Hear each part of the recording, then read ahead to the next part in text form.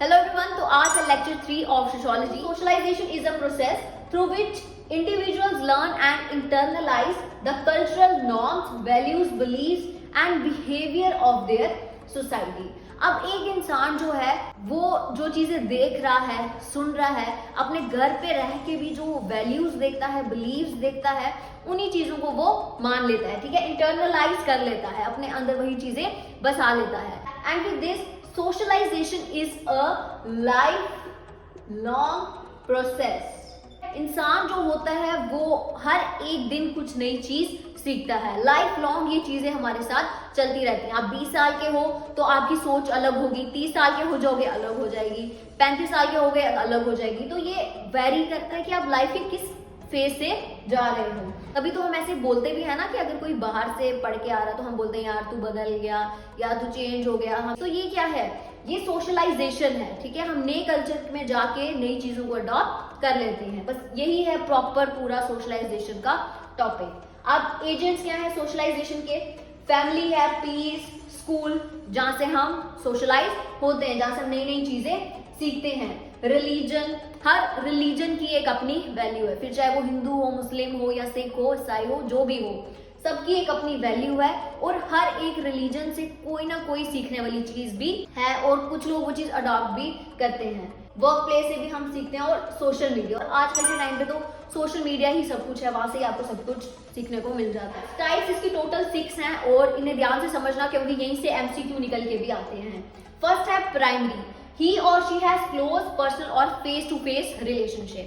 अब face to face relationship जो है वो किसके साथ होगा? ऑब्वियसली फैमिली मेंबर्स के साथ ही होगा, आपके पेरेंट्स के साथ होगा, ग्रैंड पेरेंट्स के साथ, सिबलिंग के साथ. तो जो भी हमारा फेस टू फेस जिन्हें हम डेली देख रहे हैं वो हमारा प्राइमरी मेन रिलेशन होता है. सेकेंडरी सोशलाइजेशन हो गया समटाइम्स मीट. मैंने सिंपल लैंग्वेज में लिखा है जिनसे आप कभी कभार मिलते हो या फिर एक दिन छोड़ के एक दिन मिल रहे हो, मतलब बीच में गैप आ रहा है, दिन में कुछ टाइम के लिए आप मिल रहे हो. जैसे स्कूल में टीचर्स आपके सेकेंडरी सोशलाइजेशन में आ जाते हैं, फ्रेंड्स आपके सेकेंडरी सोशलाइजेशन में आ जाते हैं. अब ऐसा तो नहीं है कि स्कूल के साथ ही बच्चे टीचर को भी साथ में घर लेके आ रहे हैं, ऐसा नहीं होता. तो वो हमारा सेकेंडरी रिलेशन में आ जाता है जिनसे हम चीजें सीखते हैं. Anticipatory socialisation. Anticipatory socialization in which a person begins to think and behave in anticipation of joining a new social group, new norms, new values and new beliefs. कुछ लोग होते हैं जो न्यू सोशल ग्रुप्स को join करते हैं बस इसीलिए कि वो नए लोगों से मिलें, उन्हें समझें. Adult socialisation. It is a process of learning new roles in maturity. Adult socialisation teaches people to take on new duties and responsibilities. इसमें मैं आपको एक सिंपल एग्जांपल दे देती हूँ. जैसे YouTube वीडियोस आप देखते हो, मोटिवेशनल स्पीचेस सुनते हो, इन्फ्लुएंशियल पीपल को देखते हो या ऐसी कोई वीडियोस देखते हो हाउ टू अर्न मनी. तो ये सब क्या है? अडल्ट सोशलाइजेशन ही है, जहाँ पे आपको आपकी रिस्पॉन्सिबिलिटीज के बारे में बताया जाता है कि अब आप बड़े हो गए हो, अब आप इतने साल के हो गए हो तो आपको पैसा कमाना शुरू करना चाहिए, आप ये चीजें करो, आप वो चीजें करो, ठीक है. मोटिवेटेड कैसे रहना है, आपकी ड्यूटीज के बारे में, ऑब्लिगेशंस के बारे में बताया जाता है, आपको रियलाइज करवाया जाता है. नेक्स्ट है resocialisation. It is a process of unlearning old norms, roles, values, behaviour patterns and learning new patterns. या हम बोल सकते हैं न्यू सेट बेस्ड. ये आपका पूरा बेस ही समझ लो न्यू होगा.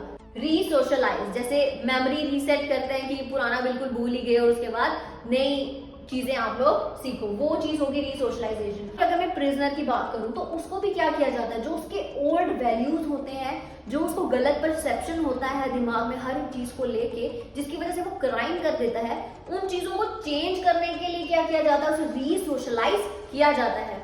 न्यू वैल्यूज, न्यू बिलीव्स उसके दिमाग में चीजें डाली जाती हैं, उसे न्यू तरीके से मोटिवेट किया जाता है. तो वो होता है रीसोशलाइजेशन. Developmental socialization. It is a learning process wherein the focus is on developing social skills to become confident. और जो developmental socialization है वो कब occur करता है? Adulthood में. ये कॉलेजेस में भी की जाती है. कैसे की जाती है? अब जैसे सेमिनार्स होते हैं, अब अगर कोई कैंडिडेट MBA कर रहा है या BTech कर रहा है, बाहर से आप पढ़ रहे हो तो आपको पता होगा सेमिनार्स इनफैक्ट कंडक्ट होते हैं just for the development of the people, उनके स्किल सेट को कैसे इंप्रूव किया जाए उस पे ही सेमिनार कंडक्ट होते हैं, 3 दिन की वर्कशॉप होती है। तो वो किस लिए होती है? आपके अडल्टहुड में कि आप कोई नई स्किल सीख सको उसके लिए। तो ये भी एक सोशलाइजेशन का तरीका है। तो आज की वीडियो में हमने बात की है सोशलाइजेशन की। So if you like the video, don't forget to like, share and subscribe.